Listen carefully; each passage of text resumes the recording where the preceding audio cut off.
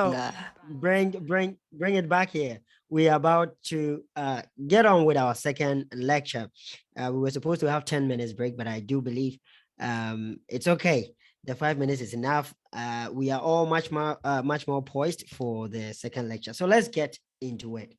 Um, like I said, um, the presenter happens to be my boss in every way.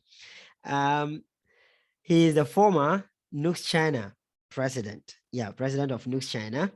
And multiple times the academic committee chairperson. Yeah, I am saying with emphasis for multiple times. That tells you how much he has been interested in things relating to academics.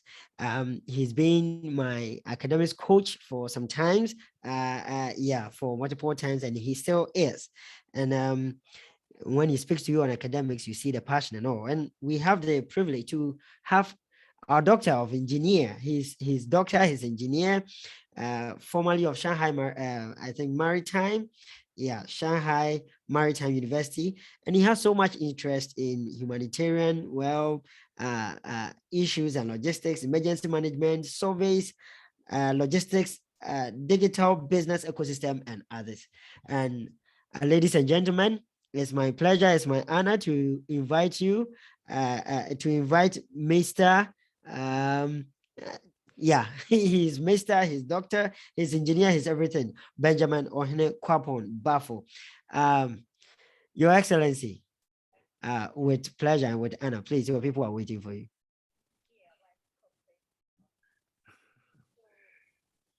Thank you so much, Mr. Ben Carson. Thank you so much. I'm honored and humbled to be with you tonight. First of all, I'd like to say a very big thank you to the organizers and the leaders of both Xi'an and Shanghai chapters, the academic committees, national as well. I really like the way they corresponded with us, emails, constant information sharing, errors there, corrections, the professionalism. I really like that. And also the technical team. Thank you so much. I really enjoy the first session, the second session, and even professor's session right now. Now I hope that we all will learn together to share ideas. I'm going to share my screen anytime soon. Please let me know if you can see my screen. If you can't see my screen, draw my attention, please, okay?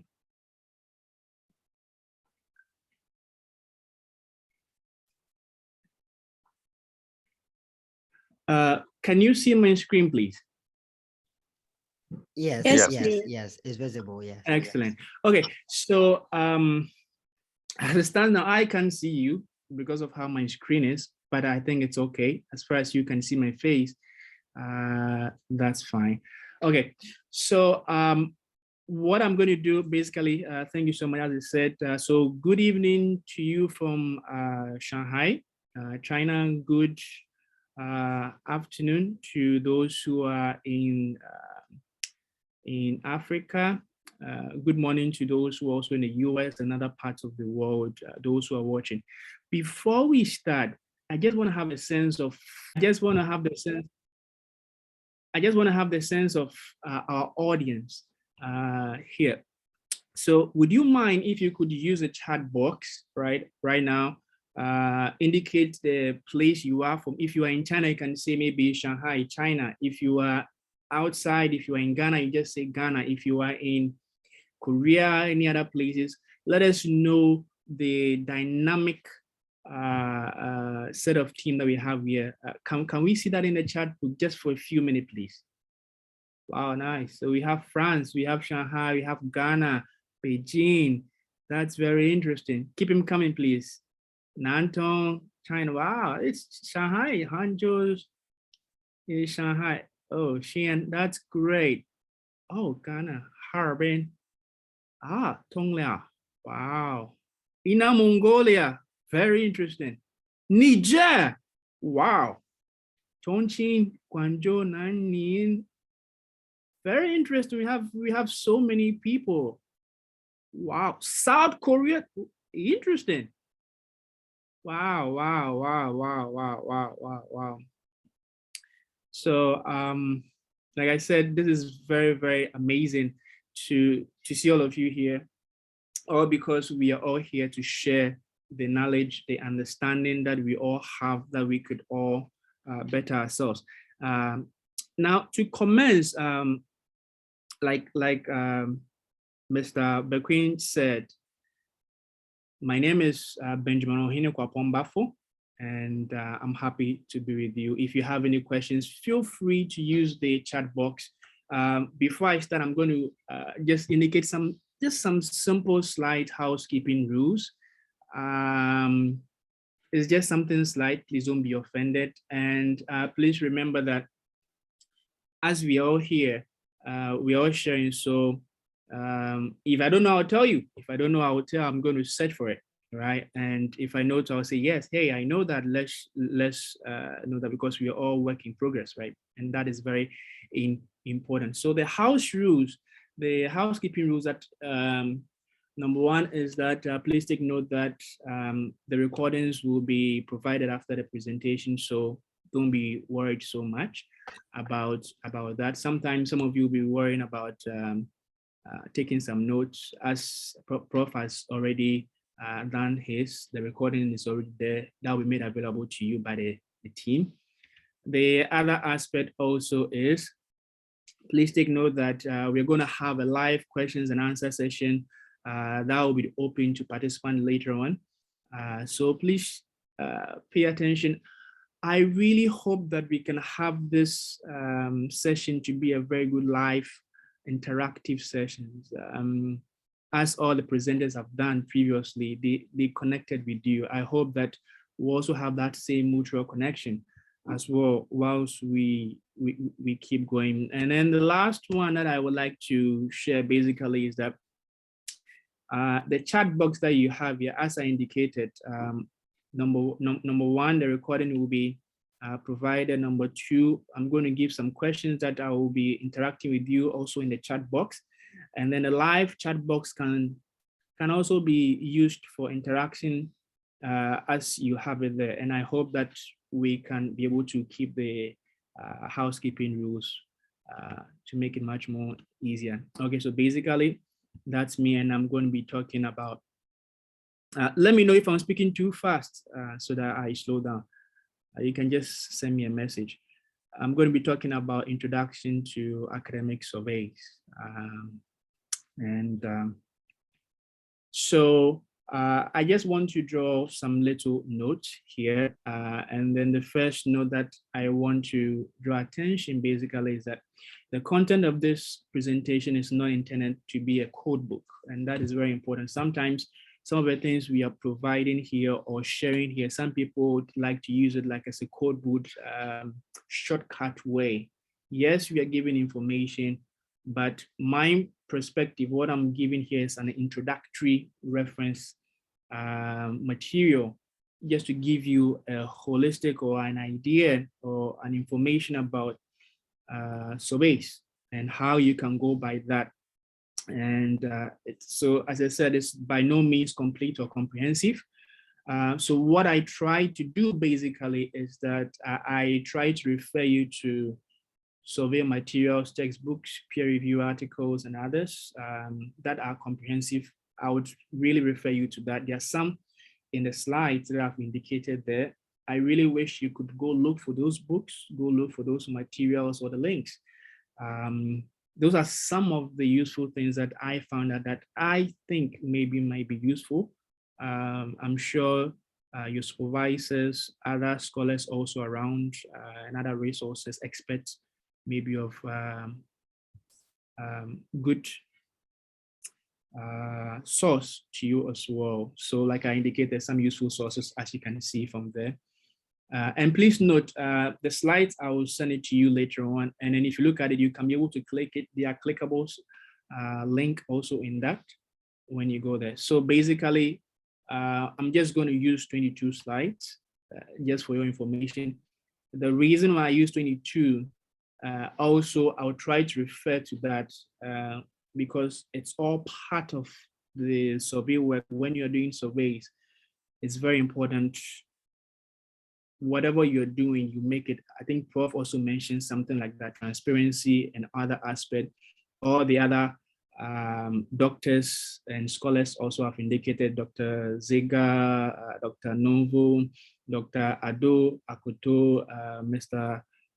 Is it Janja also have indicated, Prof has also indicated. And what I'm going to do basically is just to add some knowledge to that. And I'm basically going to be speaking from the social science perspective. Most of the work have been in engineering and so many places, but my part will technically be from the social science perspective. But what we have to pay attention to is surveys can also be applicable in any other fields so we should all pay attention, and that can also be applicable for a bachelor student, master's, or a PhD student to that effect. So bear with me.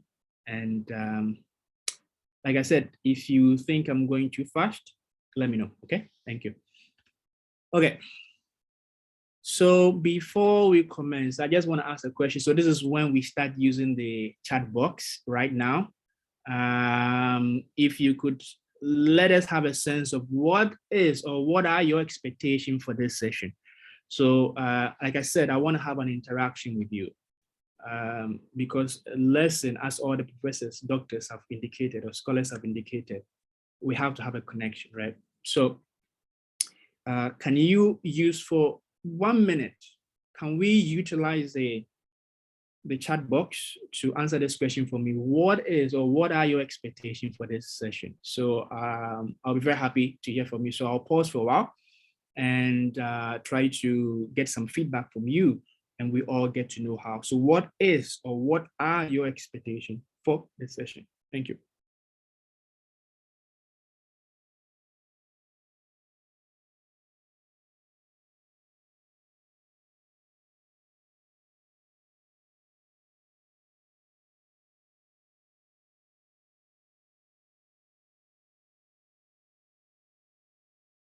Yeah, you can keep it coming. People can keep typing. It's okay. Let it flow.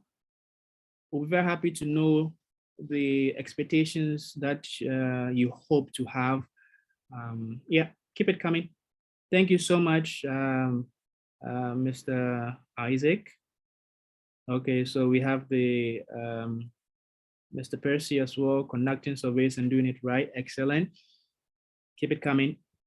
Let us hear from you, because without you, all these things will not be done.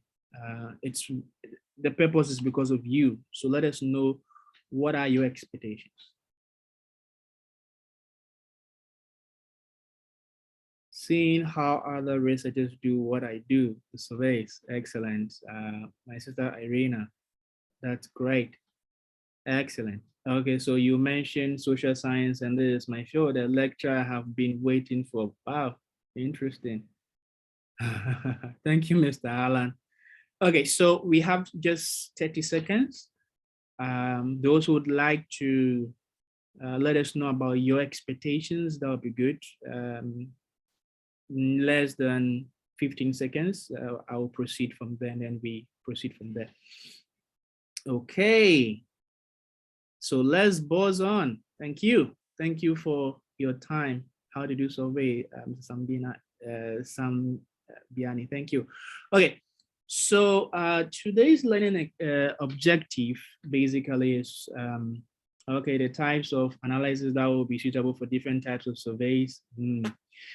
Some essential ideas necessary for surveys. Thank you so much, Mr. Mohideen, Mrs. Akios as well from Inner Mongolia. Thank you so much. I really appreciate that. Okay, so continue. Today's learning objective, basically, number one, my purpose today, like I said, is an introduction, right? And survey is really broad. I can't cover all within this spec of time, but I hope to utilize what I have to make it a little bit concise.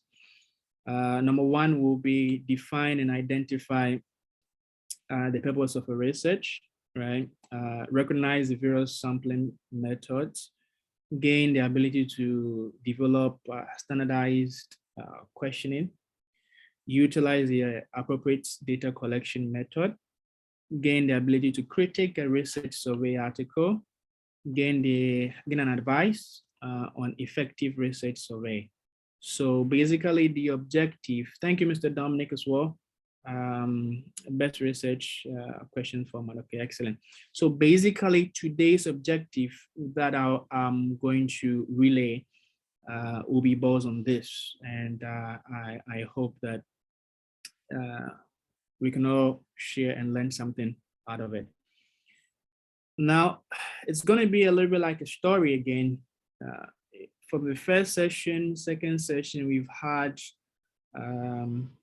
scholars talked about research gap, talk about literature review, talked about top journals, interacting with supervisors. But the idea is this. You have an idea, you have a research, and then you've gotten a problem, a question you want to answer, and then you ask yourself, so how do I get my data in there? There are some fields basically that there are no information that you have to be able to go out there to get that information. But before we go ahead, let's look at what are the definitions of a survey.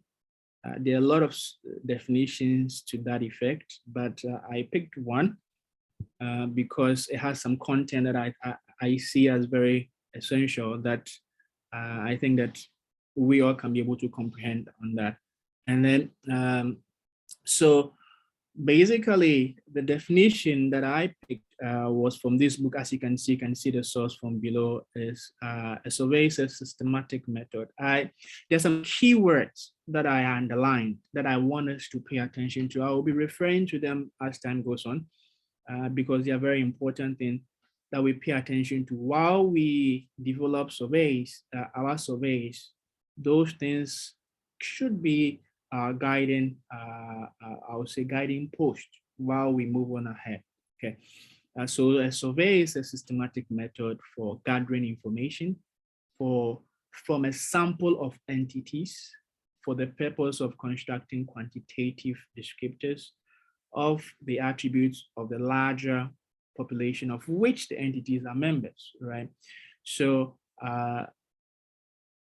in a nutshell, basically, as you can see, survey definitely deals with something that deals with like a format, right? That needs to be followed through.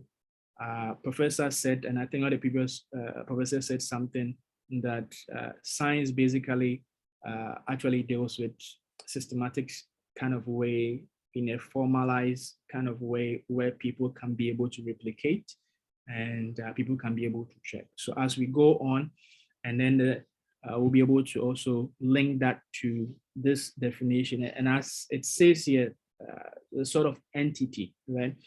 Now, surveys in the past, from the 20th century and others to recent, have been used by many government authorities, businessmen, ourselves, and other organizations.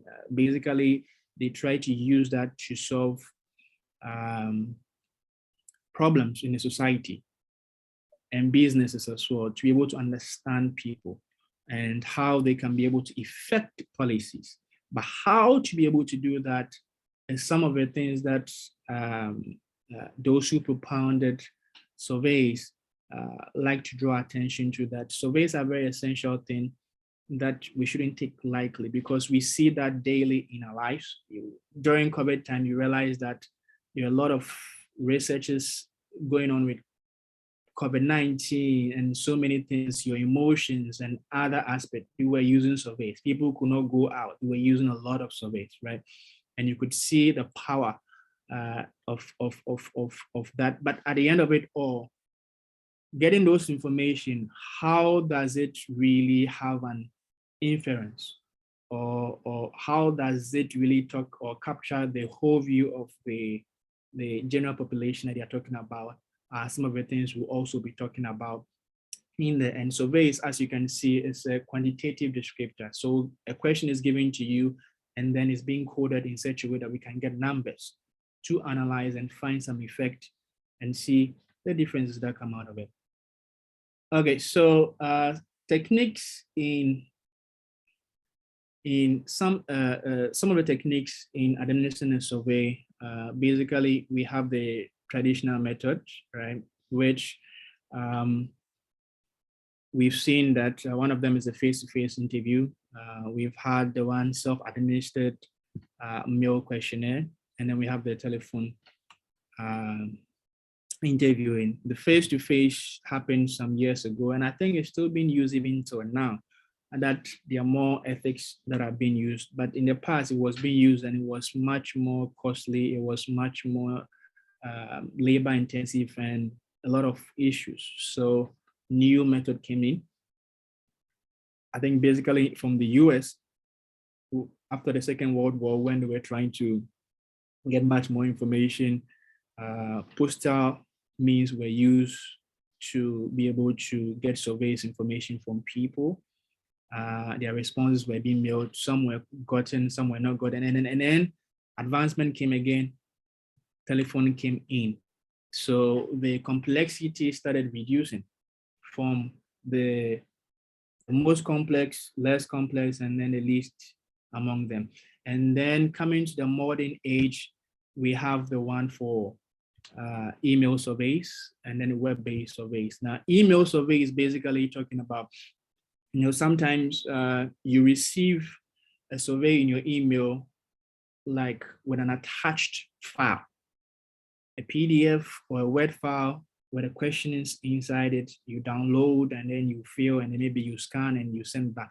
This thing in a modern kind of way made it much more easy instead of using the post mail and that aspect electronically. And then one of the most used or most liked one basically nowadays, though I don't have a statistics to that, but from my perspective, is the web-based, where a platform on the internet, people can go design the questionnaires and be able to give a code, send it even through emails or personal link, and a person just click the link, go directly into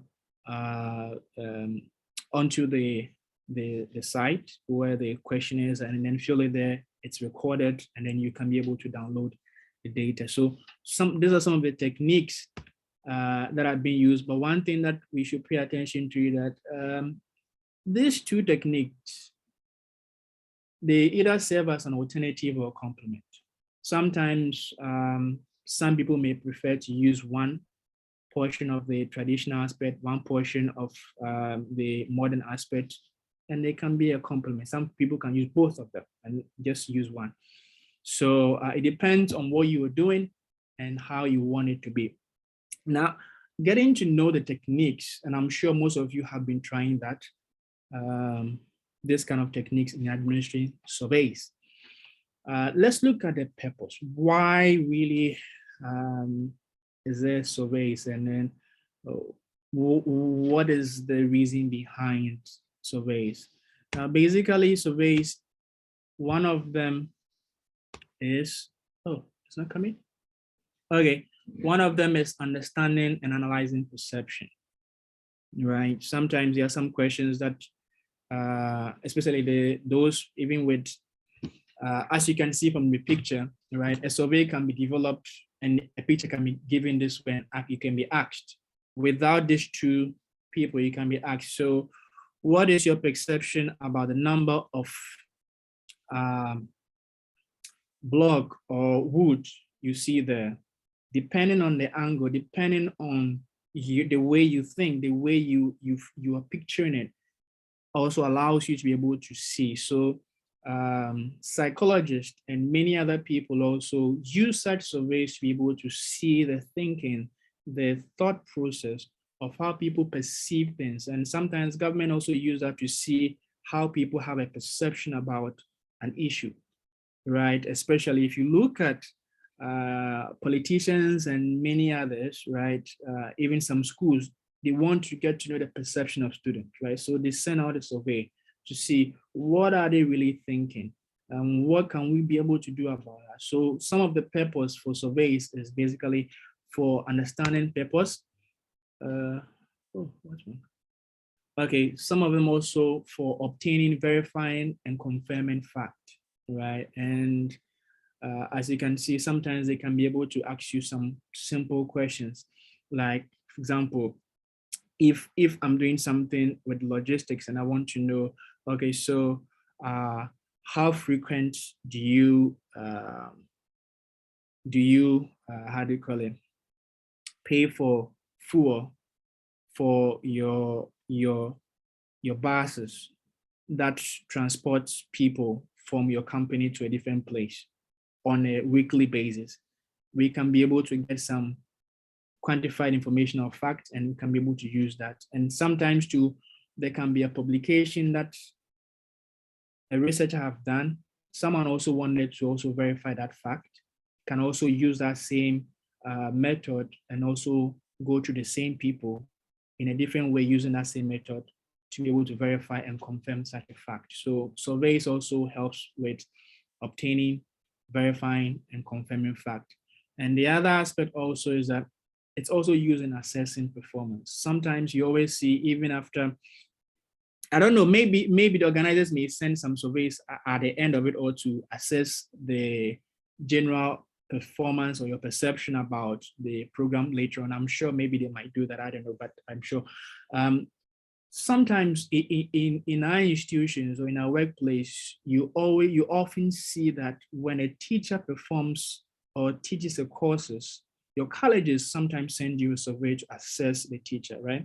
To assess the performance, assess the college teaching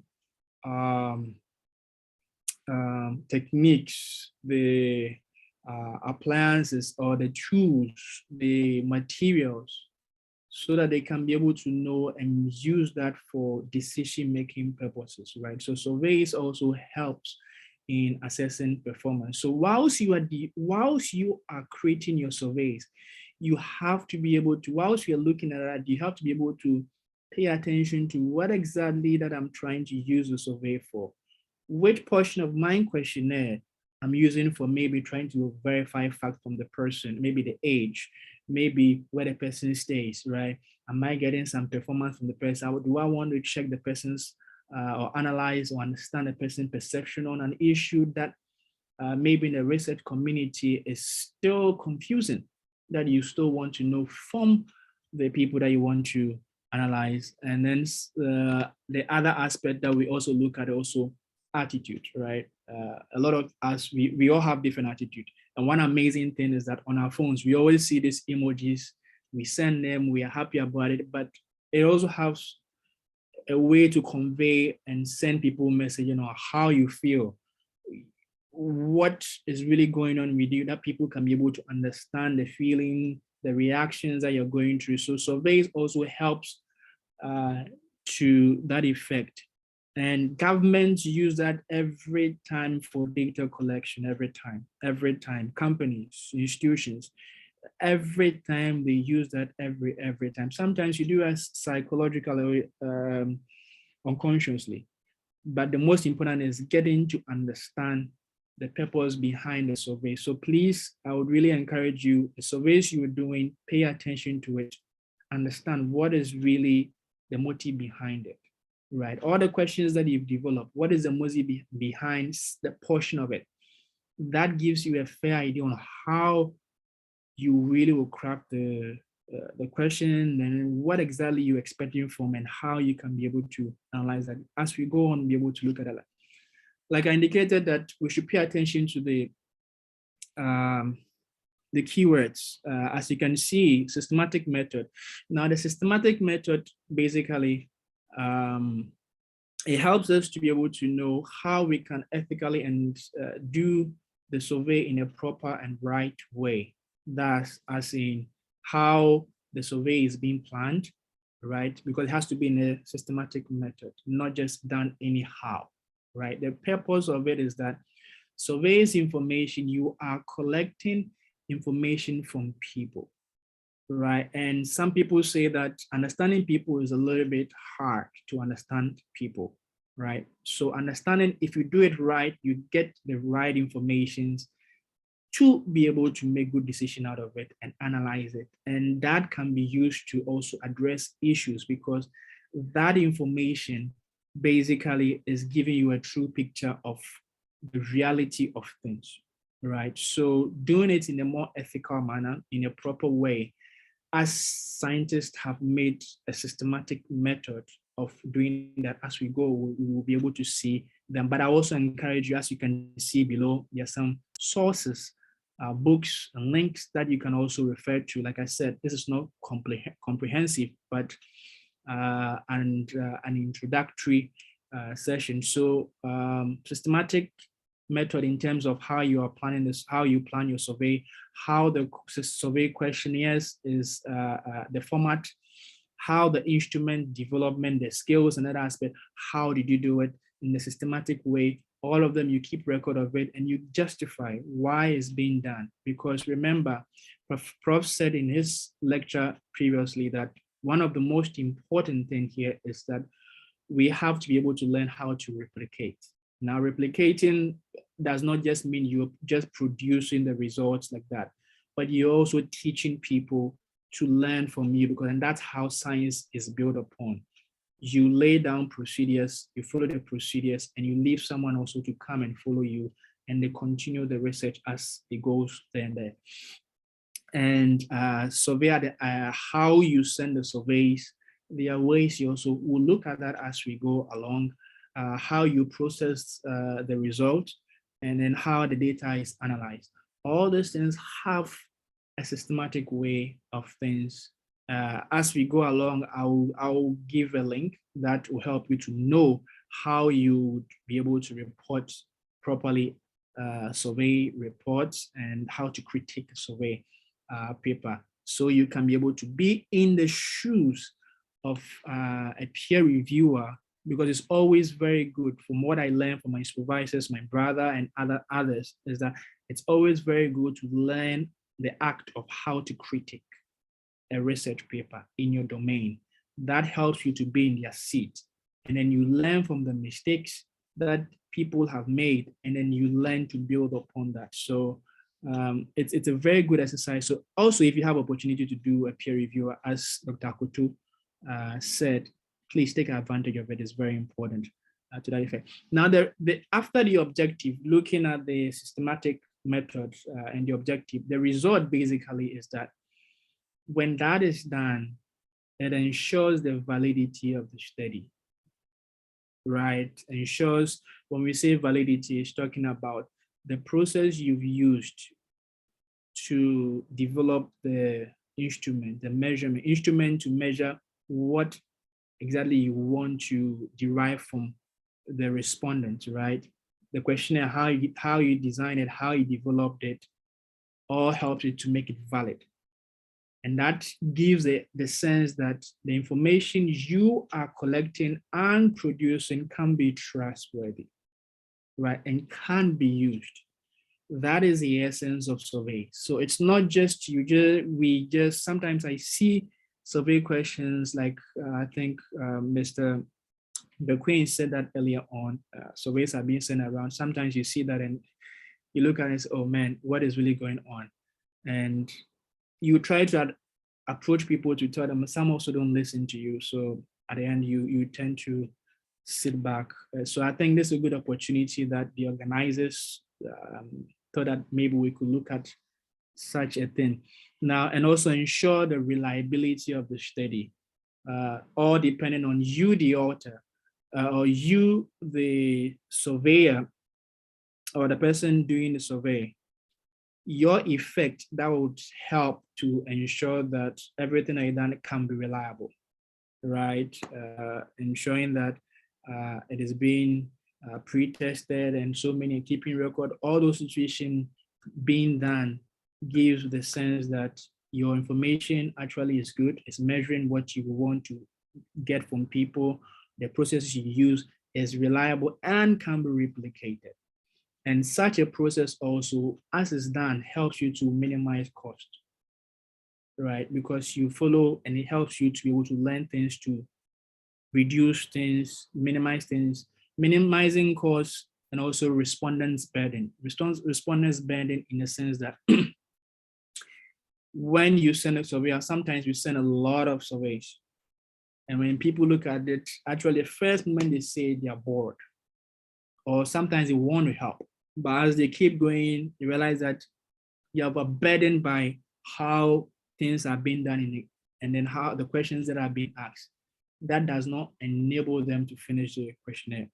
So when we follow such procedures as is found in the keywords and the results as indicated, the objective and the result, it helps us to make things in a proper way, I would say in a consumable fashion way where the surveys can be useful. When we come to the sample of entities, we'll look at that later on, and the quantifiers, as I said, making it much more in a numerical form, converting it in a numerical form. That is asking people from the psychological perspective questions, coding them to derive numbers out of it, and then analyzing them, that we can be able to find relationships and find effect out of it, and ensuring that after it's been sampled from people, does it really give the picture or represent the whole people's view, right? So we'll look at that as we go ahead. So I'm going to look at the sample techniques. Now, looking at the sample techniques, first off, as researchers, right, I always like to call of you as scholars because we are all sharing ideas. It doesn't matter whether you're a master's, PhD, or you are a professor, we are all scholars because we are all sharing ideas with each other, right? As time goes on, or even a bachelor's student, doesn't matter. For me, that's how I see it. It is very important we get the understanding of what a target population is. If you are doing a survey and you don't define clearly what a target population is, trust me, that becomes a problem for you, right? Now, the target population basically is people will say the entity or the unit that is being measured, right? Or at the end of the sampling, the representatives, the people that were taken out of the large group, right? Their information, it's covering all of them in a sense of its perception, or it's their result can be related to represent the whole group. Now, for example, let's give an example. Target group, I can say all of you are target group, right? If I want to do a study of all participants in this session, right?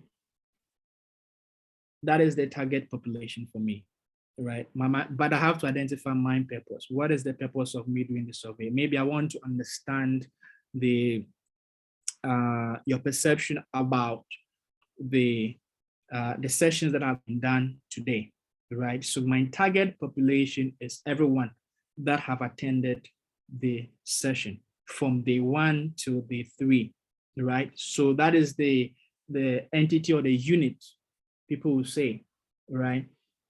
Or the population, target population. That is you, all of you. You become the target population. Now, knowing that I want to know from you, your perception, your rating.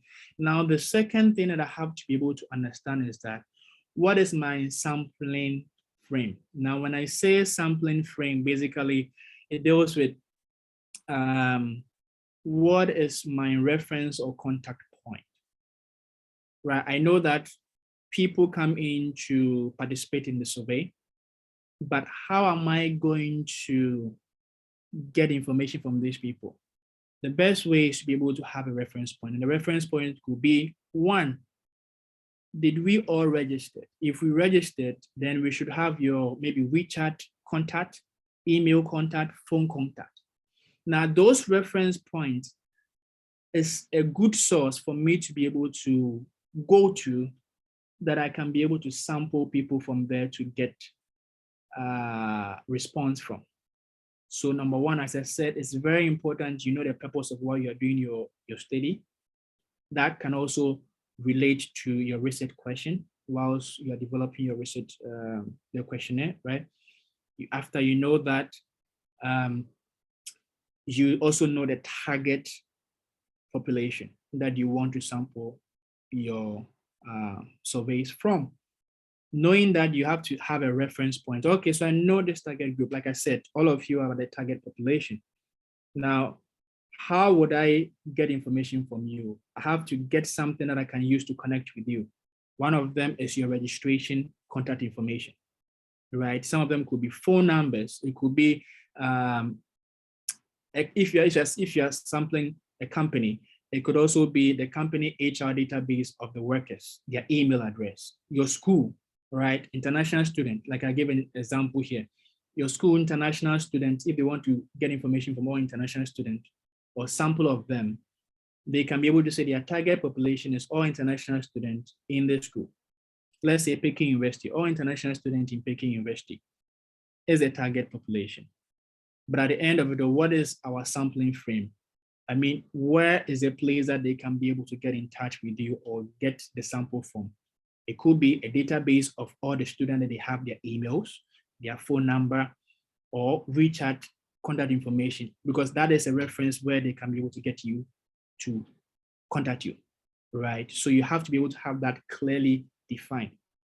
Knowing that, and that also helps you to know the sample, the right size of people that you need out of the general group, that when you get, can give you a true reflection of the whole population, right? Because sometimes one of the reasons also is that surveys sometimes is very time, the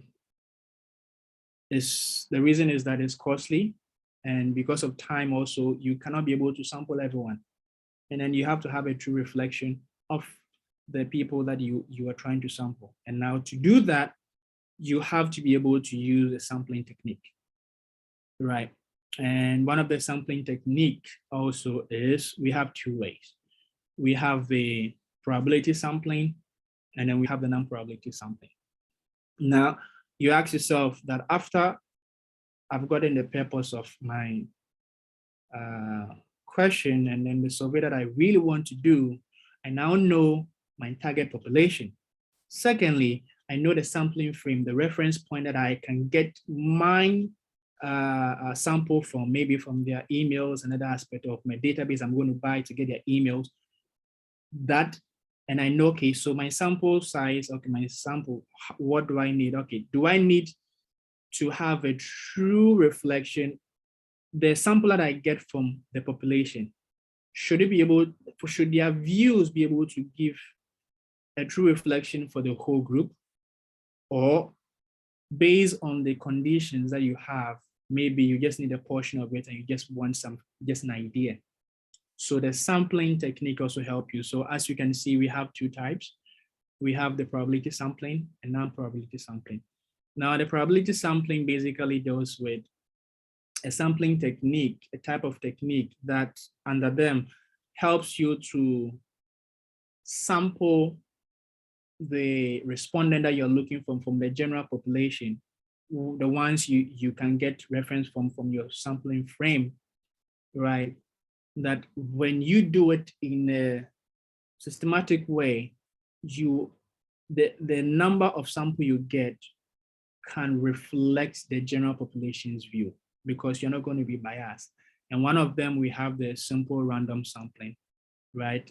It is normally seen as one of the complex one, among one of the complex one, and one of the effective ones, because that gives the population, the general population that is going to be selected, right, target population, it gives everyone the chance. So there is like an algorithm or a way when you select the number of people that will have an effect, the sample size you need, it's have to run and tell you that, okay, giving everyone the probability that they can be selected, right, without bias and say, okay, I need A, I need B. No, but it runs it so that in your group, there might be people that disagree with your view, agree with your view, because it's giving everyone a chance and you can select in random. Their perception that you get or their information you get will be a true reflection of what you're trying to get, but not a biased way, right? So that is what simple random sampling is. And then we have the stratified random sampling. Now the stratified one basically deals with, it tries to, in the population, let's say student, right, in a university. Let's use international student again in Peking University. Now, if we want to use stratified random sampling, we use some characteristics that helps us to be able to select them. One of them could be age, the other one could be country, right? Could be maybe gender. And then we group them in that way. If we are using gender, so we group males, we group females, right? And then if we are using age, maybe from 18 years to 20, we group them as one group. From 20 to 30, we group them as one group. 30 to 40, one group. 40 to 50, one group. And then within these groups that we've set, because we've made it into a strata, a group, subgroups, out of the target population, right? And then we use the method of the simple random sampling to select, in every group, we select a specific number of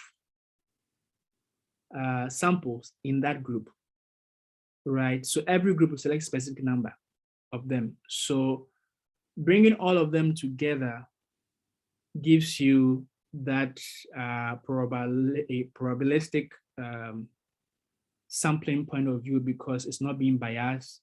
It is done randomly because they group them according to some characteristics like age, gender, and what's not, right? And then we selected them randomly. So it can give you a true picture of it.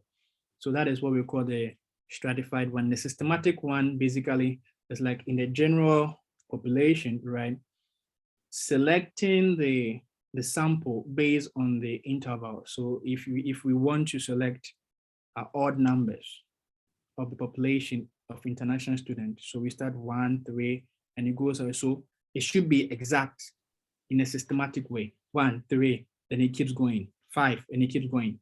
So it means that when you make a list of the population, a list of the international students, giving them numbers, right? You code them, let's say Irene 1, Benjamin 2, Ben Carson 3, right? If I'm doing the systematic way and using odd numbers, then I will select Irene, I select Beku as number 3, right? Benjamin will not be in the middle.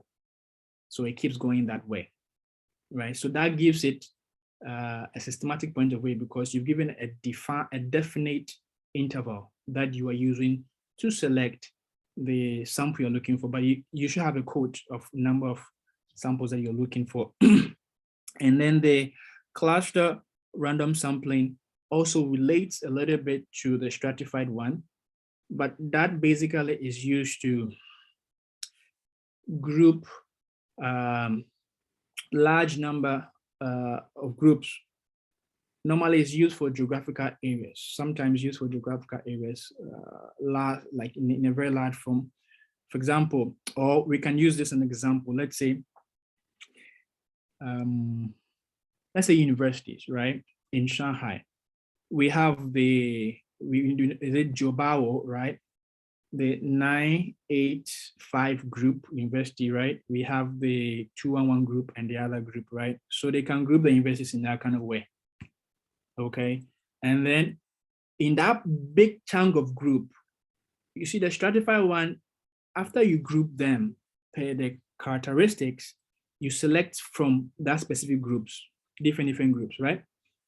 But in the cluster one, you just one group, you select among those big groups, right? So you set a number and it have to be in a probabilistic way to select the number of samples that you're looking for. And that gives you the idea of making it much more generalized. And then we have the multi-stage one. Multi-stage one mostly is used for countries in a way because the general population is really, really large, and trying to get a survey of all of them is really difficult. So they start with a cluster one, right? They make it into group. So if, let's say, they want to do a sampling, they can say cities in Shanghai, maybe Qingpu, right? Pudong, Tanin, and others, right? You see, they're making a group. And then based on those small cities, right, they select a random number of them and leave some of the cities out. The random number of groups they select, maybe they selected Pudong, Qingpu, and then Shuhui, these three out of the cities in Shanghai. Now with these three, they now go deeper and they select Qingpu. Qingpu also have different sub-towns, right? They look at the towns, they now go deep again to select, okay, so how many towns are in there? And then they do a random sampling to also select a specific number of towns within Qingpu. So that is why they say multi-stage, because when you do a cluster, you just, and the cluster is selected, you go deeper into it to select. It is normally seen that even though it's effective, but that can be costly and much more time consuming. And sometimes there can be some bias and errors in it if you do not take care to that effect. So even as much as it depends on what you want to use for, but sometimes some scholars will advise you use the simple random sampling because that gives you a very good kind of idea, because everyone is given the opportunity to choose. And when we say aid in generalization, it means that those samples have a chance that their views can represent the larger group. So we can generalize their idea to represent the whole group because it's not being biased. And then we come to the non-probability sampling, the snowball sampling. Sometimes some of the challenges here is that snowball sampling deals with basically like something that it's hard to come by. Let's say you want to survey drug addict in a community, and maybe it's hard to find drug addicts. Maybe you found one person, and based on that one person, you ask them, is there any referral? And the person refers you, then it keeps going. So it's like a snowball where one small ball, right? You push it from the cliff, when it keeps rolling, it keeps having a lot of snows around it, right? And it becomes bigger and bigger. And that actually is not seen as a true reflection of the whole population, because someone is giving you this, someone is recommending, and it doesn't reflect the whole entire group. The other one also is called purposive sampling, where we have the person doing that with a purpose. And maybe the sampling that the person is trying to select expert to give them a view or ideas of what a person is trying to look out for, right? Because the person is selecting an expert. Let me give example. Example could be that maybe someone is trying to do some research on pollution in rivers in Ghana, right? You want to do a survey, but looking at that, you can't survey everyone, but you need expert opinion, advice. So you select experts that are seen in the country who are involved in water pollution. So you sample them, you give them questionnaires to be able to, so that is seen as, but it doesn't give a true reflection of the whole entire population because they're experts. So you get ideas. So it is, though it cannot be generalized, but it's also useful if you state the right sampling type or techniques that you're using for. And then we have the quota one. The quota one also is a little bit like the stratify one, but that one, you group them by their characteristics, right? And you select from within the number you want, because it's not systematic. So that makes it much more quota in the form of a quota form. And the convenient one, where you would choose, you realize that, okay, sometimes there are some questions, some friends will say, oh, good, you're my friends, you're good with that. you choose this person, be part of the team to help me answer the survey. That is seen as convenient because it's very convenient for you to choose that person to do that. And we have the self-selected or voluntary response sampling. Sometimes we see that even in our various groups, people will post in the WeChat groups and so many stuff and say, help me do that. It's a voluntary work that people are trying to volunteer themselves because they will voluntarily click. It's not the person who is administering the survey that is selecting them, but people voluntarily click it and answer that. And that is seen also as not a true reflection because you're not getting the right target group, the right frame, and then the right sample you're looking for, and cannot give a true reflection of the population you're looking at. So basically, these are the two sampling techniques that you have to pay attention to when you are doing the research. Remember, always as a researcher, pay attention to the target population, make it defined, clear. The sampling frame, contact informations or reference point where you can use to get information from the people you want to sample. It's very important. And know your sample size and then the sampling technique you want to use. Do you want it to have a true reflection of the whole population? Then you go for probability sampling. If it's really giving you challenges and you cannot, you go for non-probability sampling. In that way, sometimes too, some journals accept that, some journals don't accept that. So also try to check and read more on the journal. Also check with your supervisor if it relates to your dissertation and another aspect. Be careful, try to connect with him and give reasons. Sometimes you can write it in your survey or your dissertation, but you have to give reasons. That this is a reason why I'm using snowballing, maybe because the sensitivity of the questionnaire drag addict, right?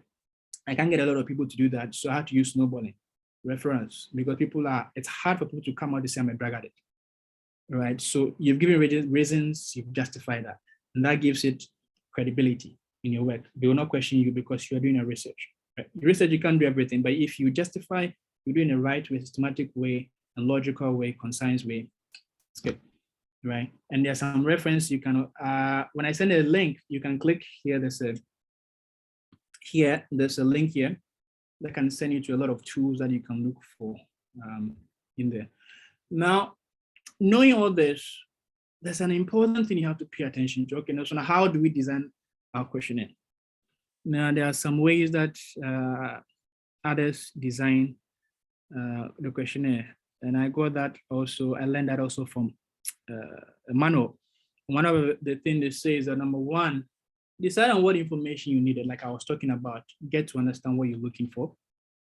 And some of them you can conduct, based on that, you can conduct a focus group to get an idea of the topic you want to find, the information you're requiring for. And then sometimes you can also look for archives of published papers that you've read, that you survey, that their survey ideas, questions relate to what you, maybe the person did that in Togo, but has not been done in Ghana, but you want to relate that to Ghana. And relating that to Ghana, it means that it can also bring you a new innovation to find something new. But the caution here is that try to seek permission from the person before you use the person's questionnaire. If you cannot, reference the person that, okay, you got this person's questionnaire from here. And if you are modifying it, acknowledge. It's very important because in the research world, if you don't do that, it is seen as plagiarism. And that can cause you a problem. The other aspect also is that as you draft the new question, revise the questions, you have to put them in sequence, right? After putting them, you have to format the question to be much more clear, audible, and easy to, and you have to pre-code them. Every questions, you have to be able to code them. Maybe question one is maybe this variable, so you have to code them, right? It's very important. After you do that question, and you have to pre-test it. Pre-testing means that you have to get an expert of people that are in your domain, maybe in your research field. At the same time, some of the respondents that you want to send to, and some external expert also, to test your questionnaire, to see how they understand the questionnaire, how logical is it? Is it helping you to address the question you're trying to look out for? Remember, research work, peer reviewers, and all these people help to refine you. They help to refine your work, help to refine your questionnaire, to make it meaningful, reduce burden, to reduce cost and time and so many stuff. So these guidelines are very important. You pay attention to it, not just do it anyhow. Revise the draft. After the response you get from the pre-test, you have to revise it, right? You have to prepare. Sometimes you have to do pilot test again after revising it. Some do interview again to ask more questions deeper to change it and revise it again. And then you do the pilot test again with a small group. Okay, sending it to experts again and some other people to obtain comments. And then they remove the questions that they had, revise it in a nice way, pilot test again, and then revise the questionnaire before they use it, right? But this is not an exhaustive list. There's a lot of lists. So I have given the link to read more on that there so you can see from there. Now, before we go on, I want to ask you a question. Let's use a chat box. Like I said, we have to have an interaction. Let's use a chat box before we proceed from there. Okay, so most of you have answered some surveys questions before. What are some of the problems or challenges you've encountered during your questionnaire responses? Let us hear from you. I'm going to give you some 1 minute time and then we proceed from there, please.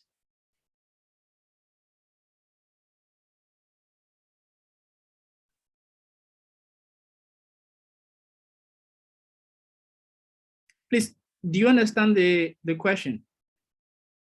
Okay, yes, someone saying some of them are lengthy. Hard to motivate people to take the survey. Sometimes the questions are biased in nature, too many questions. Yes, understanding is a problem, ambiguity. What else again, guys? Please, let's talk. I want us to connect. Because we're all learning together. I might learn something from you. It shouldn't be just I'm the person just coming to talk. That's not a good way. Communication is both ways, right? And what else again? Sometimes people don't want to take the survey because they are fed up with them. Well, that's right, it's true. But the question is, what makes them fed up with them? Is a question we have to ask. Is it on the fault of us? Okay, the use of technical terms. Questions are usually not concise. Whether to choose one or multiple questions is not really defined. Confidential information asked. What else again? Okay, some few seconds and I'll just proceed from there. So as you can see, all of us, I would say, all of us are sometimes victims of these problems, right? We are victims of these problems. Now, if we are victims of these problems, right, what are we doing to prevent such a problem? And that is the question we have to ask ourselves, right?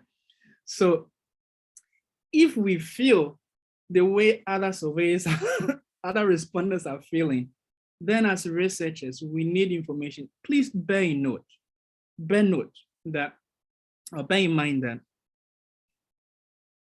you need a respondent. Sometimes the questions are not in my area of research. Okay, that's right, it's true. You need the respondents to help you. Remember that. You are taking their time. You need their information. It's like you are begging them to help you. So if you are not helping them to help you, then actually you are helping yourself to fail. Right? So how do we help ourselves not to fail? And one of them deals with the question design, right? And that is what we're going to look at here. And remember that the question design also, surveys is like a psychological something, right? And other elements in addition to it. Now you're going to ask someone some information. People sometimes, okay, from my perspective, only students doing masters and PhD answer the surveys. Others don't see it important and essential. Well, you're right, but it depends on, we'll look at that later on as we go on. I will tell you why as we move on. Thank you so much. Okay, now let's look at here. While we are defining the questionnaire, we have to look at the cognitive process in answering the questions. The same way you are bringing comments about you being a victim of how people are doing their surveys, maybe you feel is not really good. It's the same way you also have to pay attention to how you are developing in a cognitive way. Now, you have to make sure that the questionnaire that is developed is well understood and is comprehended well, right? You have to make sure that how you develop the question, people can be able to retrieve that information from their memory easily to respond.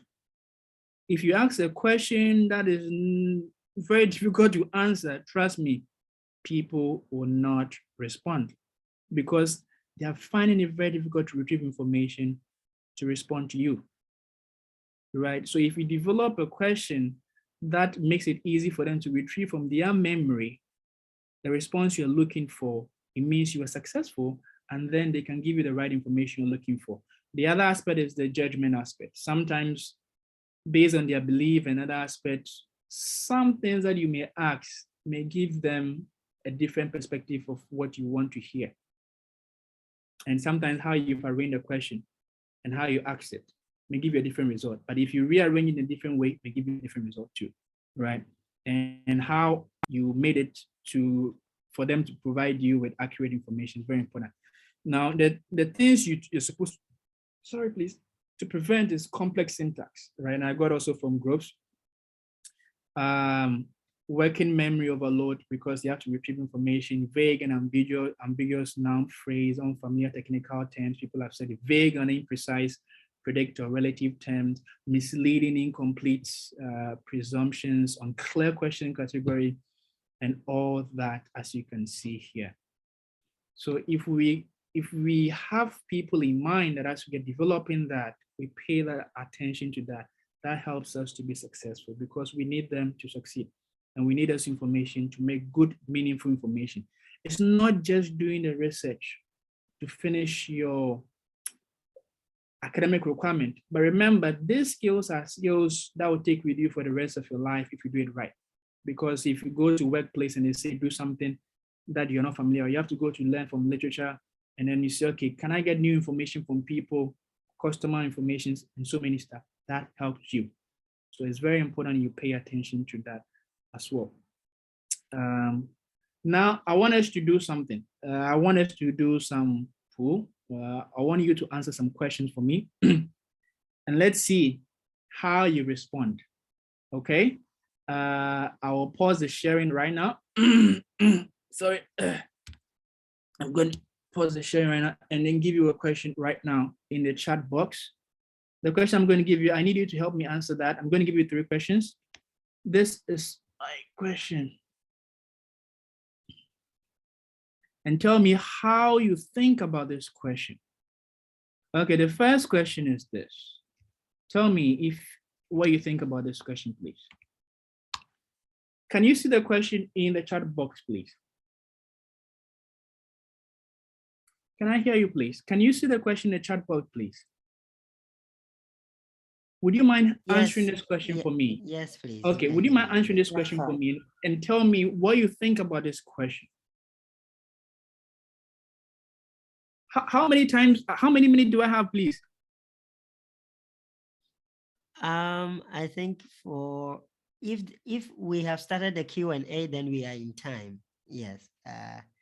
Okay, excellent. Okay. Okay, so if you are responding to this question, right?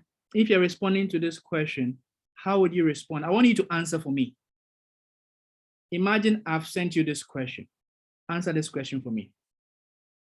Okay, so I need to know the time frame. Why do you need to know? You see? Okay, that's a good question. Irina. What else again? Give me feedback. I want you to answer this question for me. Tell me. Okay, the question is unclear. And what else again, please?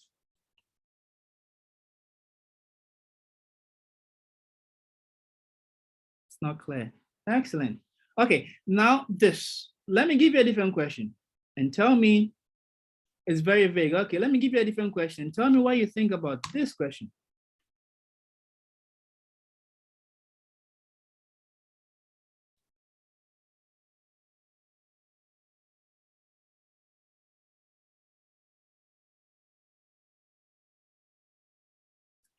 How do you feel about this question?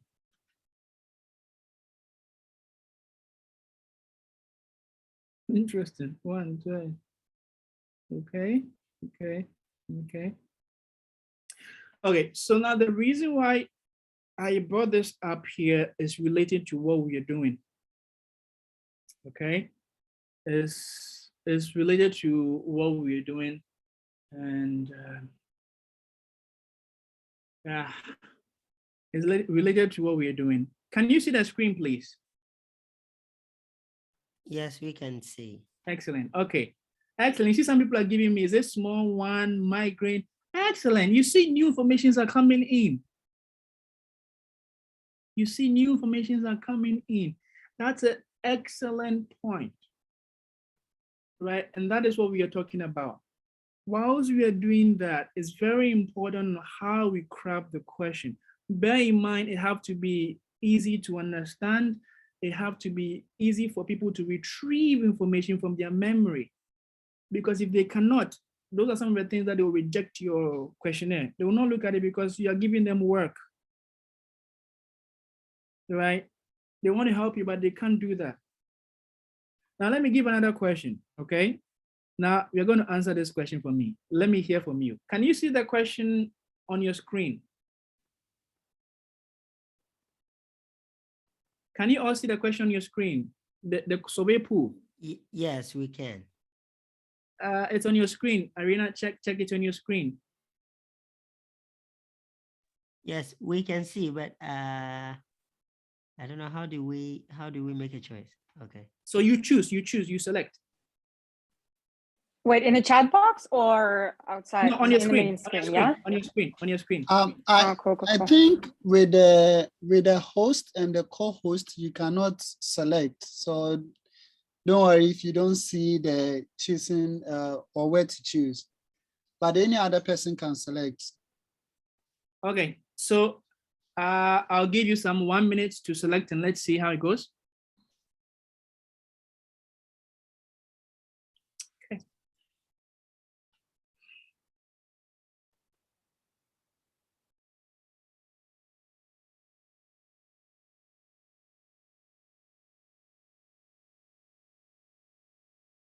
Okay, so I'm about to close the pool very soon.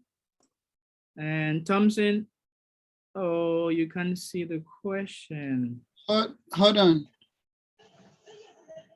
Thompson, can you copy the question I sent you before to them? Okay, hold on. Hold on, please. Hold on. Okay, he sent it again. Can you see it, please?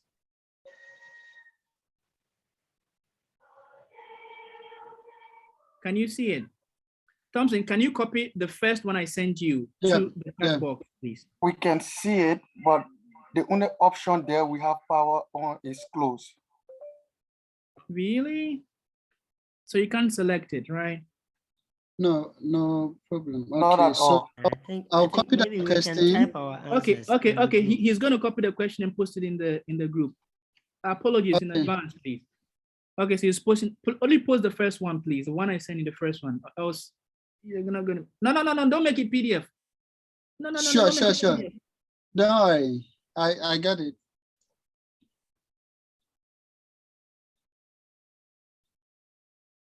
The text. Let's make the text, please. Okay.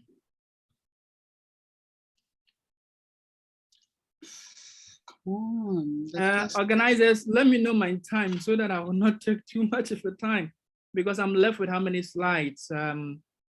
Somewhere within 8 slides, and then Just a second. I don't know something. Hold on. Guys, just a second. Hold on. I'm gonna pick that for you. Okay. So. You got it? Yep. If you can't, let me pick that and post it. Okay. So. Have you posted it? Please, can you see it? Okay. Yes. Can you see it? Okay, so if you can see this question, yes, I want you to answer this question for me. Okay, people are saying C. Yeah, answer that with the letters. Yeah.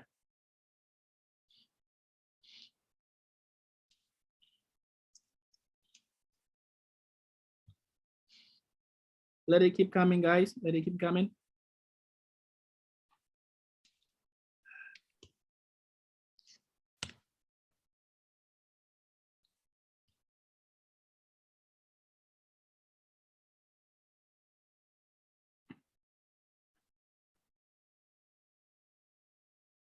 They're coming.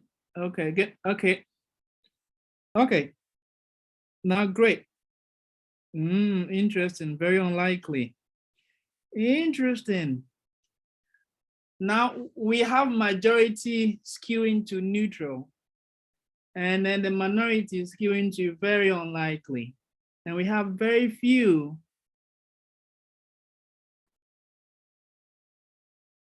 Okay, we have very few that is skewed. Okay, so Thompson, can you put the second one? My time is up. I have about 5 minutes. I'll be wrapping up anytime soon. Thompson, can you put the second one there? Please? Okay.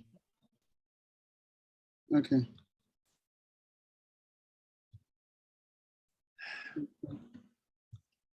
All right.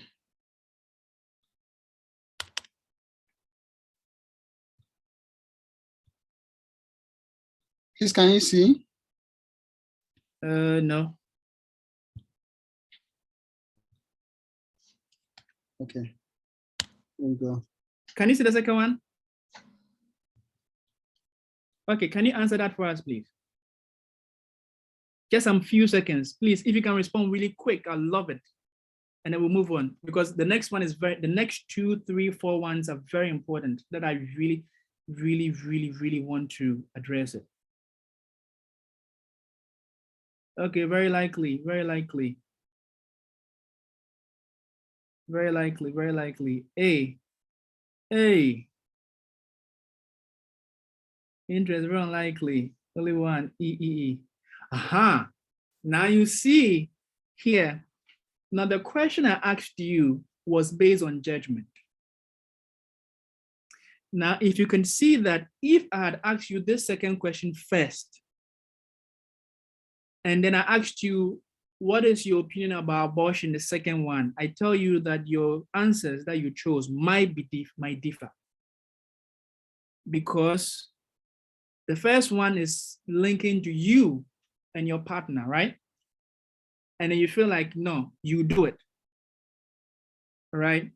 And then the second one, you said that abortion, you go for abortion. So we have to pay attention to how we develop judgmental questions, and then how the placement is very important. Please, as we are doing surveys, it's very important. Okay, let me go on. Now the steps to do valid, reliable, ethical requirement prior to data collection. Number one, as we've done with the data questionnaire development, the second step is, please, like I said, you have to pre-test them with experts, right? The next step also, you have to do, after I get a feedback, you do a pilot test or push test. And then you seek approval from your supervisor, as well as, there are some institutions, they have institutional review board. Organizers, I'll beg you, Pa, if you can add some few minutes to it, I beg you, I will move really quick. There are some institutions, they have institutional review board that they scrutinize the questionnaires given them, and then they give you a code to make sure that it is ethically done, and then you can send to people to do that, right? And sometimes some institutions don't have that. So that's why you have to contact your supervisor, accept it, and your college also knowing that, right? And then the next step you have to look at here is that whilst you do that, after you finish that and it's accepted, the next step is make sure you get an official letter, a cover letter, introductory letter from your institution, indicating that you're a student, you are doing a research, and these are the questionnaires that these are the topic you want to do. That helps you because before you send the surveys out to people, you have to first send this letter to the sample, the target population, the sample that you want to have. You send a prior letter to them to introduce yourself, right? To let them know you. If they don't know you, why will I help you out? You want to build trust, you want to build credibility, right? So you have to send that. And one thing I learned from my brother Austin as well, dear brother Austin, Dr. Austin, you scan a copy of your student ID. Oh, thank you. They've added 10 minutes to it for me. Thank you. I'll wrap up soon. Don't worry. That's great. Thank you so much, organizers. I really appreciate it. Thank you, audience, for taking your time to stay along for me. You scan a copy of your student ID so that they can have a link with you that yes, you need a student with a letter. If anything at all, they know you are availing yourself, you need information, you are showing you are genuine, you've gone through the right procedure in a legal way, because you're not going to do anything that's going to harm them because you're putting yourself out there, right? That helps in an ethical way is very important. And then whilst you do that, you have to have a scheduled plan of how you are going to send the surveys out, right? Maybe if you send the introductory letter with your scanned copy of your student ID, the next 3 days is when you start sending, after you send it through their emails, after 3 days is when you start sending the questionnaire itself, because by then you've introduced yourself and then you are now bringing your information that, okay, I sent this previously to you with this information to introduce myself. This is my survey, can you help me in that effect? By then they know you. Now the reason behind it is this: you're establishing credibility, you're encouraging trust, you're according respect to them, you're establishing a line of communication and friendship and others. This is very important. People neglect this. People neglect this at all. And that's why sometimes other offices, other agencies, sometimes they will still help you or some will not help you, but that helps you to get to other gates. And this is also very important. Sometimes if we look at the surveys that are sent around, especially electronic surveys, can you see clearly, please? Hello? Yes, please. Yes, please. Please, yes. Okay. Okay. Now, if you look at the wording university, the reason why I itemized, I'll send the link to you for you to download, please. Most surveys that are, sometimes you can't do all this thing very long, but it's very essential. Maybe you can have like forms, you can't put picture there unless it's a paid one, right? So maybe you can put your university logo there, but you can incorporate it in the words. You have to have a good introductory information to let them know, number one, A, which school are you from? B, what title are you? What is the purpose in a summarized way? I've itemized, you can look at it later on, okay? And then you have to be honest about the time that they will spend. And that is why you have to do the pre-test, post-test, because when you do that, people give you feedback on the average time they spend in answering a question. So you can be able to give them, or if you're using a software, sometimes they give you, sometimes SurveyMonkey, and they give you an estimate of time that people might need to respond to the survey. It is very important you are honest enough to them that hey, I need your help, but I need you to give me 15 minutes or 20 minutes of your time, of your daily schedule or your weekly schedule to solve this survey for me. And then there are some people, they are principled about that. When they are doing that, if it's more than that, trust me, they'll throw it away. I see a lot of them, a lot of surveys out, people are lying, and then the questions are many, and then it's even exceed, because by the time I even finish reading, 5 minutes is being gone. Please pay attention to that. And then it is very important, like I said, the target population frame, sample framing and the target, you have to be able to give the participants requirement. Who exactly do you want them, I mean, the specific persons or people you want to survey? You have to state in the introduction so that when they read it, if they fall within the criteria, they will answer it. If they don't fall within the criteria, they will not answer it. That helps you as well. That brings ethical value to you too, right? And then most of the times I see that people send surveys, but they do not indicate who they are, their research person. It's very important you also state who you are, your contact information, your research supervisor, so that if anything after they can reach out to you, they can connect to you, they know that this person is the person getting that information. Those people can track the link, the IP address, or even if you think you're making anonymous or confidential, people can still track it. But when you give them assurance that this is me, I promise that we are the two people who are going to keep the information, no one else, you are giving them assurance so people can objectively answer your questions for you. And then you tell them the risk involved, you tell them the potential benefits, the anonymity, confidential, and then you let them know that they are at liberty to withdraw if they want to. You should let them know, it's very important. And then how they can get in touch if they have a question. Now, there's an amazing thing I learned here, the L and M. When you go look at it, I'll send you the slides, the link to the slide later. Amazing thing is that the L, they ask, the first two questions they ask after the introduction is a screening question. The first one is to reconfirm from the person who's about to answer that has the person read the anonymity and confidential term and agreed to it? Yes or no? If no, you end the survey because you have to let the person agree to it. Okay. And then if the person agrees, the next thing is to ask, do you fall within the participant that I'm looking for? If it's yes, and then the person now can move to the questionnaires you're looking for. If no, this is also another opportunity for you to screen people who are not within the scope you're looking for. It's very essential, right? I won't go to the rest. There's not much time, like I said. If you want to learn how to critique a paper, it's very important to be in the shoes of a peer reviewer. I've added this link. When I send you, you can download it and you can read it. It's very helpful and useful for you to know much about surveys. The other aspect is that the main objective is that when you follow the procedures and you read more well, the idea is that you want a good objective information that is ethical, useful, generalized, that can be used for decision making to have impact, right? Now, having impact, you have to ensure that all those procedures that are indicated here are done to remove coverage error, sampling error, all these errors.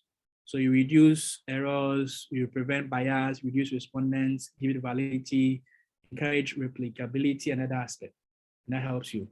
Now, at the end of it all, I'd like to give an advice.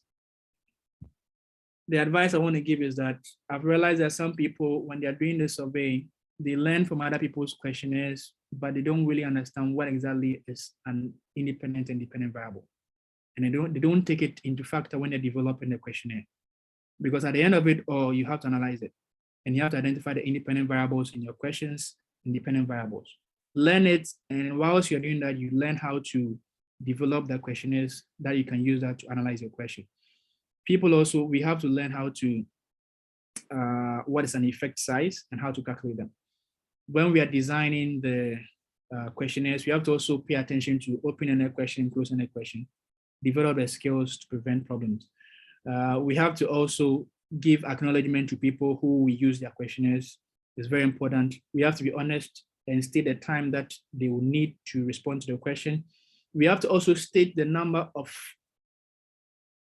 questions that they will be answering. Like you see in the beginning of my slide, I said 22 slides. I intentionally said it there because so that you know that I have 22 slides and nothing more, right? So I give you an idea that, and you keep going, right?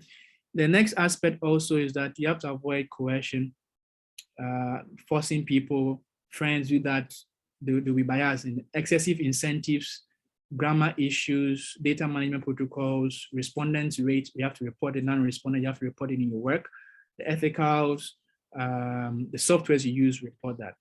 And at the end of it all, I'm going to give an OET advice. And then the advice here is this.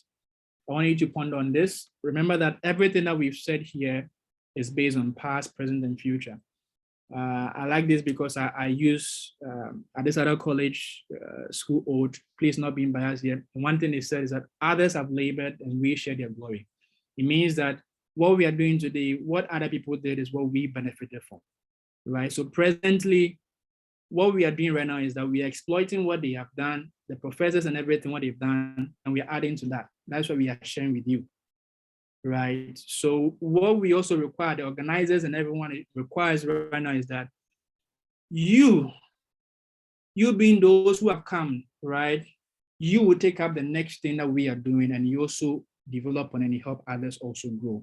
Then it becomes a evolving process, right? You have to be the light that you want to shine in the world. And I would say, your thoughts, your actions and deeds to people. You have any questions for me? I think our time is up, but here's my emails. I'll be very happy to get your feedbacks, your response, and your queries as well, because we all need to improve. I wouldn't say much. Organizers, I really apologize for exceeding 10 minutes. I hope that the time was worth it. And these are some of the links. If you get the slides, you can click on the images. They are linked there that you can use. So ladies and gentlemen, at this juncture, I would like to say thank you very much. And I would like to hand over the time to you. All right. Thank you very much, Doctor. Thank you so much, Dr. Buffo, for that wonderful and insightful presentation. We still have, yes, close to 70 people around. And I think if you still have some substantial question that will need addressing, I think in the next 5 minutes, let's put it on the page. Yeah, thank you. Doctor, a lot of people are appreciating, wonderfully done. Yeah, thank you, Doctor. Thank you. Yes, I see a lot of commendation on the page. I think people have been much impressed with the insightful messages. Please keep the, yeah, you can, yes, great job, Dan. Thank you so much for the great presentation. Yes, thank you, Lamisa. Zacchaeus, yes, Annie, yeah, Olivia, the president herself, Your Excellency. Yeah, thank you so much. Yeah, a lot of applause coming in from Caleb. Okay. Doctor, I think it's been as comprehensive as it should be. The time you've taken us through gradually and yeah, to the end, it's been wonderful.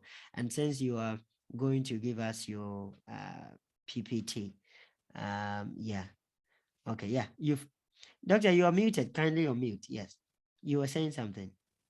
Thank you so much. You can find it from this link. I just shared it with you. Normally what I do is that I try to publish it that anyone also in the world can also benefit from it as well. Okay. So you can share it, you can cite, it's up to you.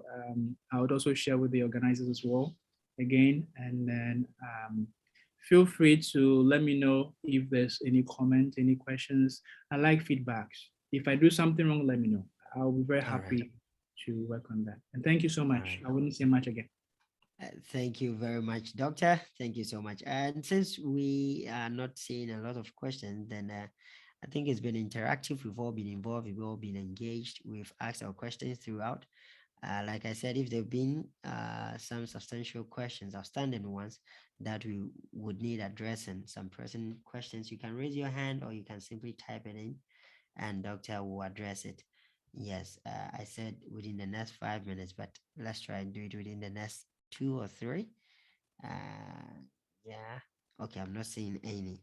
All right, just some quick announcement. Just some quick announcement. Her Excellency Olivia, okay, am I seeing a question here? Okay, no, okay. Yeah, Sambianio is also is having much admiration. Says thank you so much, Doctor. Okay, there's a quick announcement from the organizers. Certificates will be given to the participants actually. So get close to your email, and yeah, you are going to see your certificate of participation in that. So yeah, stay tuned for that. We are going to before we take the vote of thanks. We really need to show appreciation to our presenters and all of you for still making it up to this far. But I would like to call on His Excellency, the Vice President of the National Union of Ghana Students, His Excellency Thompson. Thompson, are you here? I believe you would have some words to share concerning this program before we take our vote of thanks from Percy. Percy, get ready. Percy Vosa, please get ready. All right. Your Excellency, take. Okay, good evening, everyone. I'm sorry with where I am. I may not be able to to open my camera, so forgive me. I'm speaking here on behalf of our president, Her Excellency Honorable Irene Koko. I want to start by saying that I thank God Almighty and thank the speakers of this workshop, this 3 days research-oriented academic workshop with the theme, The Pathway to Academic Excellence. Trust me, whether you are in a professional world, any kind of what you are, you need this. And I believe you've learned a lot. And I want to say that we appreciate this time, and for all of us taking time out of our business, our busy personal and professional schedules means a lot to us. And if I say us, I mean the entire union, especially with Xi'an chapter in Shanghai. It means a lot to us. And please, if you need anything with regards to the speakers or any material that you might need, I believe you will be available to provide those things for you. So don't hesitate to reach out. And where you might not get in touch with anyone, just find the chapter executives, and trust me, you will get that. Finally, I will say that thank you, and we are very sorry if the time didn't work out well for you. God bless you, and see you another time. Thank you very much. Thank you very much, Your Excellency. Thank you so much. And thanks to the organizers. But let's take the proper vote of thanks from Percy Vosa. Yeah, I'm here. I deem it a very great honor and privilege to propose a vote of thanks for this memorable occasion. Let me first and foremost start by giving glory to the Almighty Father for making today's program a resounding success. On behalf of the noble executives and NUGS Xi'an and Shanghai chapters, I extend a very hearty vote of thanks to the noble delegates who blessed us with their presence and took time out of their valuable schedule to make time for us. I must mention our deep sense of appreciation to Dr. Ziga and Mr. Jauja for their insightful impact on day one.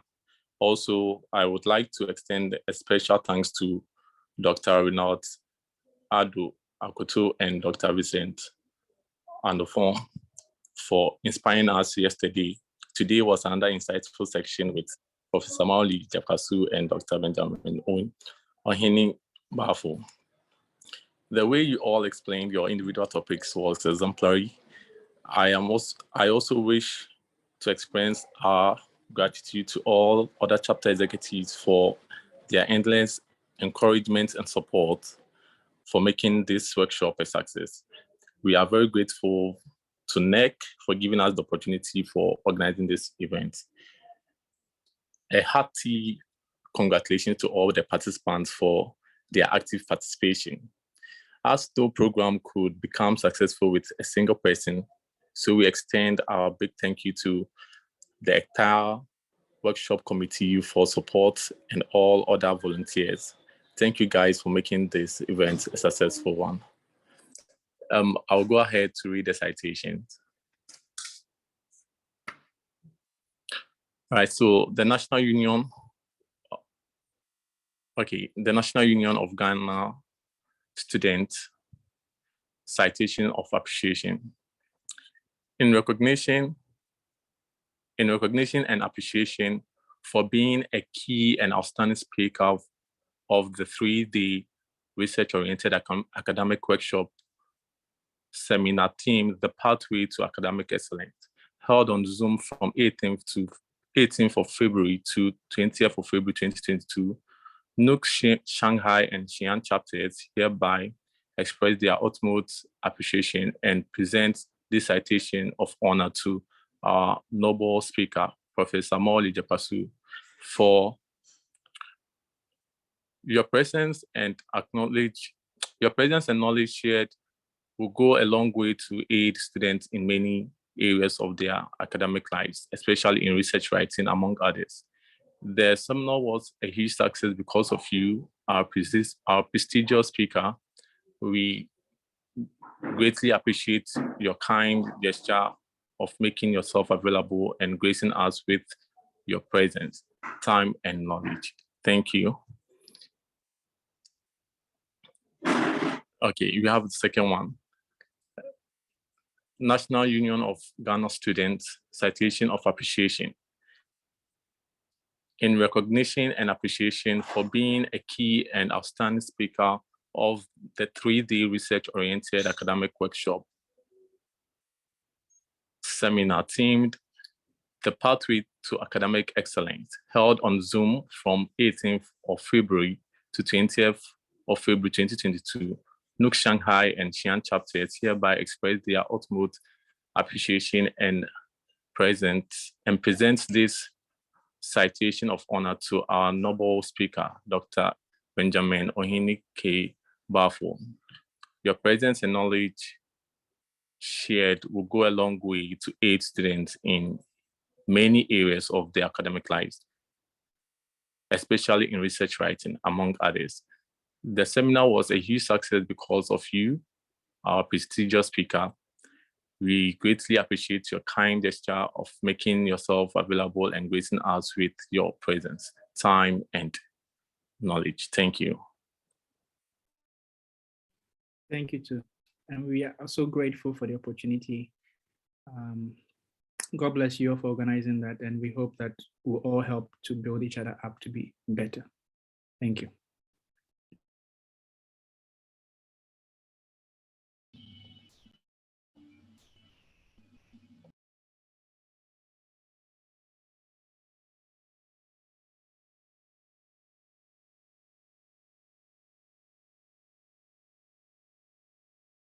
I'll mute. Yes. All right. Okay. Thank you very much. For those that don't know Percy, he happens to be the secretary of the Xi'an chapter. So thank you very much, yeah, to the organizers and all for such a very wonderful program. We are going to take our closing prayer from Dominic. Dominic, please. Sorry. Don't worry, don't worry, don't worry. Don't worry at all.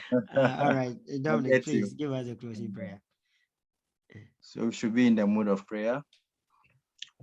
Our Heavenly Father, we are so grateful for seeing us through this 3-day academic workshop. It has been your grace and your favor that we had a successful program. Thank you for all that you have done and you continue to do for us. Continue to thank you for the lives of the speakers. You have really blessed us within these 3 days, and we seek for your grace and favors upon their lives. Continue to increase their knowledge, grant them wisdom, that in all that they do, they continue to serve your people, and all glory and honor shall be given unto your holy name. And to all the participants, we pray that you continue to seek us, grant us grace and favors, that we will implement all that we have learned. Grant us retentive memory so that we'll be able to recollect all that we have been taught during these 3 days, so that we'll make good use of it, so that at the end of the day, we will give you praise, glory, and honor. See us through this coming week, O Lord, and let your favor shine forth upon us. This and many other blessings we ask through Christ our Lord. Amen. Amen. Amen. And so I think that is where we draw the curtain. If you just joined, my name is Bekwin Bernard Boama. I'm in Nanjing, and yeah, apart from research, this is what I do. I will see you when I see you.